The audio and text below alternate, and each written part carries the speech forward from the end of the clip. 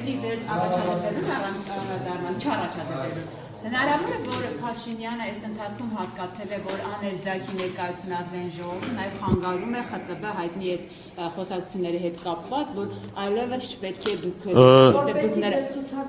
այո, մաքրվի ձեր ցուցակ աներձակներից, գործընկերներից։ Ուրեմն նախորդ ազգային ժողովի ընտրություններից մեկից չեմ հիշում 18-ի ցուցակում թե 21-ի ես բավականին հետ էի եւ ես էլի ինձ հարցեցին իսկ ինչի եք այդքան հետ ցուցակում ես ասացի որ ես այդ տեղում եմ որ դա մեր վերաբերմունքն է ԽԾԲ-ին հիմա ինչու՞ չէ նաեւ այն բացի այն որ ես ուզում եմ մի փոքր չզբաղվեմ ոչ շատ ակտիվ քաղաքական գործունեությամբ, կարելի է նաև դիտարկել, որ սա էլ եւս մի փոքրիկ էլեմենտ է այդ ԽԾԲ-ի վերաբերմունքի։ Ես ինքս եմ։ Ոչ։ Որ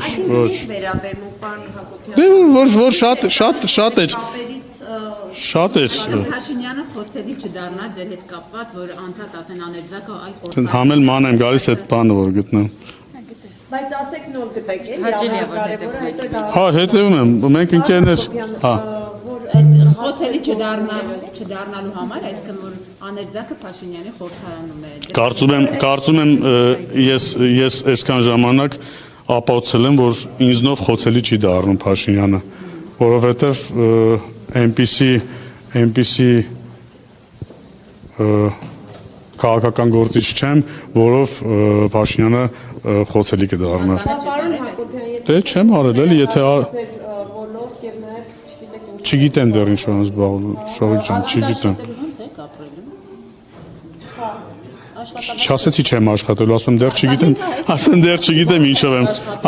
չգիտեմ ինչով եմ զբաղվելու։ Դա չի նշանակում առանց աշխատանք եմ ապրելու։ Որ չգիտեք դեռ խորհրդանից դուրս եք գալու միջև հիմա չգիտեք ինչ եք անելու, նշանակում աշխատանք չեք անելու, դուք ինչ որ բանով պիտի ապրեք։ Դե կապրեմ, ինչ որ աշխատանքով կզբաղվեմ, ես ասացի դեռ չեմ որոշել։ Ես դեռ չեմ որոշել ինչով եմ զբաղվելու, բայց վստահաբար ինչ որ բանով կզբաղվեմ։ Հույսը նրանց վրա չեք դրել, այսինքն դուրս եք գալիս նրանց վրա հույս չդնելով ձեր սեփական։ Ինչպես եւ նախկինում, երբ որ падգամավոր չէի, ես իմ միջոցներով էի վաստակում գումար եւ ապրում։ Այսինքն հիմա էլ եք տեսնում որ այդ խնդիրը կա ԽԾԲ-ի եւ ձեզանով ուզում եք օրինակ ծառայեք, որ Ես չեմ տեսնում, դուք չէ, որոշ լրագրողներ տեսնում են այդ խնդիրը, ես չեմ տեսել տենց խնդիր, արդեն ասացի, որ դե ասի փոքրիկ էլեմենտ կարելի է համարել, որ դրանով նաև այո մի փոքրիկ էլեմենտով ցույց ենք տալիս մեր վերաբերմունքը այդ ԽԾԲ-ին։ Եկել չեք գտնում։ Ես հիշում եմ, բայց վստահ չեք ջնջի, չէ։ Չէ, չեմ ջնջի, անպայման կսպասեմ, որ Ես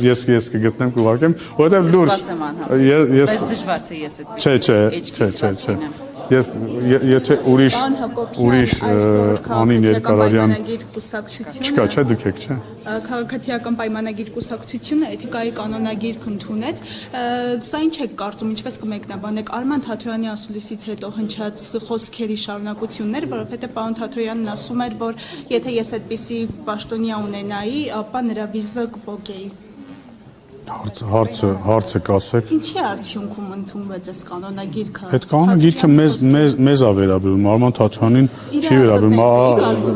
Չէ, ասում եմ մեզ է վերաբերում։ Մենք մեր ասածներից ենք ազդվում, մենք համարում ենք, որ մենք չպետք է տրվենք Փաշինյանի ասածներից եք ազդվել։ Լրիվ ասեք, ամենայն դեպս, եթե անենք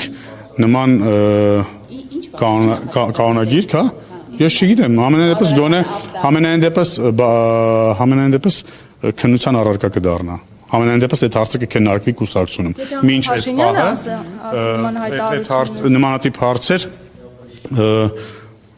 կարող էին քննարկվել, կարող էին չքննարկվել, իսկ հիմա ըստ այդ կանոնագրքի չգիտեմ, չեմ կարծում Փաշինյանի գրառումներն էլ Փաշինյանը ինքը դրանց մասին խոսել է, որոշ դեպքերում նաև ներողություն է խնդրել։